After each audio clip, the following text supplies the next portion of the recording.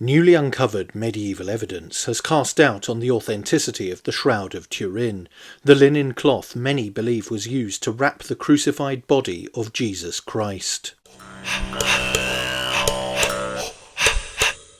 The famed shroud is an article of faith for many, but a dusty old medieval manuscript threatens to debunk the artifact. Following in-depth analysis, the recently discovered and previously unknown ancient document has become one of the oldest dismissals of the famous 14-foot cloth and the oldest written evidence known to date. Findings published in the peer-reviewed Journal of Medieval History show a highly respected Norman theologian, Nicole Oresme, had rejected the shroud, with the future bishop claiming it as a clear and patent fake, the result of deceptions by clergymen. The findings are outlined in an article titled "A New Document on the Appearance of the Shroud of Turin" from Nicole Oresme, Fighting False Relics and False Rumours in the 14th Century. Bearing a faint imprint of the front and back of a naked man, consistent with traditional accounts of Jesus of Nazareth after his death by crucifixion, the shroud's provenance is still being questioned to this day, with many supporters of its authenticity maintaining their belief. This is despite a growing body of new research contradicting its authenticity. For example, one paper this summer published in the journal Archaeology concluded using 3D analysis that the material had been wrapped around a sculpture rather than Jesus' body. Previous carbon dating of the shroud has also determined the linen was produced at the end of the 13th or 14th century. This now controversial relic has been caught up in a polemic between supporters and detractors of its cult for centuries, explains Dr. Nicolas Sarzeau, the lead author of the new study. Dr. Sarzeau is a researcher in history at the Université Catholique of Louvain in Belgium and a fellow of the Villa Medici, the French Academy, in Rome, Italy. His focus is on the history of relics and images, and more specifically on the question of traces in the West in the late Middle Ages. His new paper is important, he explains, as it shows that a statement, found by renowned historians Alain Borot and Beatrice de Laurenti, within a treatise by Oresme, is now the first ever written official and highly respected rejection of the shroud presented to date. This is in addition to the previously known account written in 1389 by the Bishop of Troyes, Pierre d'Arcy, who rejected the shroud as a fraud and reported that a predecessor had done likewise in around 1355. Dr. Sarzeau says Oresme, who later became the Bishop of Lisieux in France, was a particularly important figure at the time and well regarded for his attempts to provide rational explanations for so-called miracles and other phenomena. He was influential too for his works on economics, mathematics, physics, astrology, astronomy and philosophy. What has been uncovered is a significant dismissal of the shroud, Dr. Sarzeau stated. He added, Oresme asserts, I do not need to believe anyone who claims someone performed such miracle for me, because many clergymen thus deceive others in order to elicit offerings for their churches.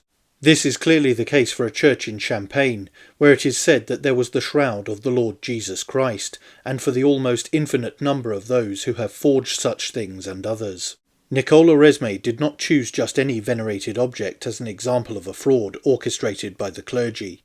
Oresme chose the claim of the Champenoise Lire shrine to possess the shroud as a striking example of lies fabricated by the clergy. What makes Oresme's writing stand out is his attempt to provide rational explanations for unexplained phenomena, rather than interpreting them as divine or demonic. The medieval polymath even rated witnesses according to factors such as their reliability, and also cautioned against rumour.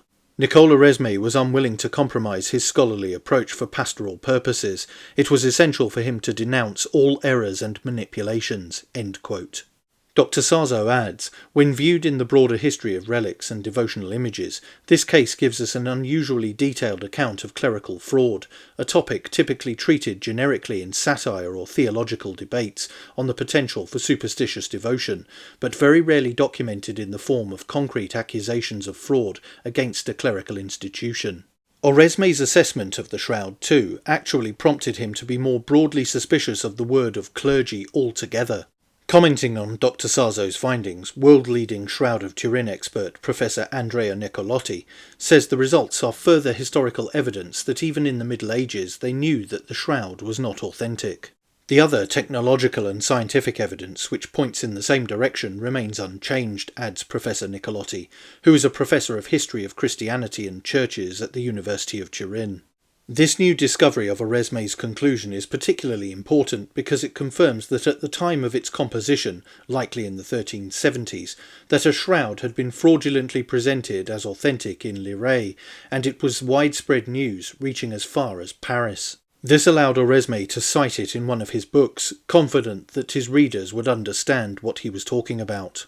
Oresme's opinion is very important because it comes from a person who was not personally involved in the dispute and therefore had no interest in supporting his own position. With this document, the story we already knew from other sources is perfectly confirmed." End quote. In addition to the revelation of Oresme's document, a main feature of Sarzo's paper is its detailed history, mapping the physical journey of the shroud during the period.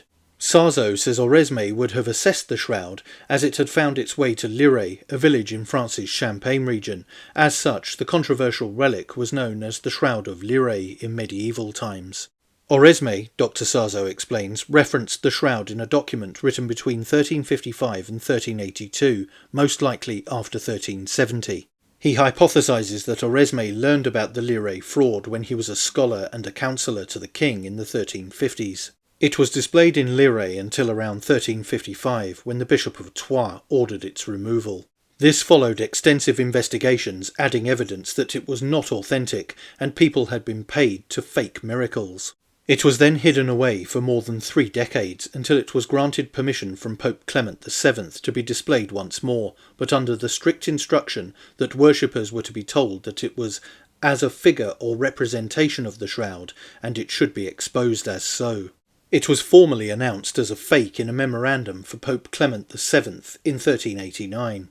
The bishop even asked Charles VI of France to halt further displays of the shroud, referring to it as a manufactured cloth, artificially portrayed.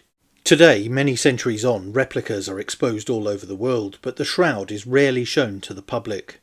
So, what does Dr. Sarzo feel about what Oresme's conclusion on the Shroud of Turin means for its authenticity? The shroud is the most documented case of a forged relic in the Middle Ages, and one of the few examples of a cult denounced and stopped by the church and clerics, he explains. Although we generally consider people from this era to be credulous, Oresme provides a precious example of medieval critical thinking, evaluating testimonies and dismissing evidence not corroborated by any real evidence, so naturally I agree with his assessment.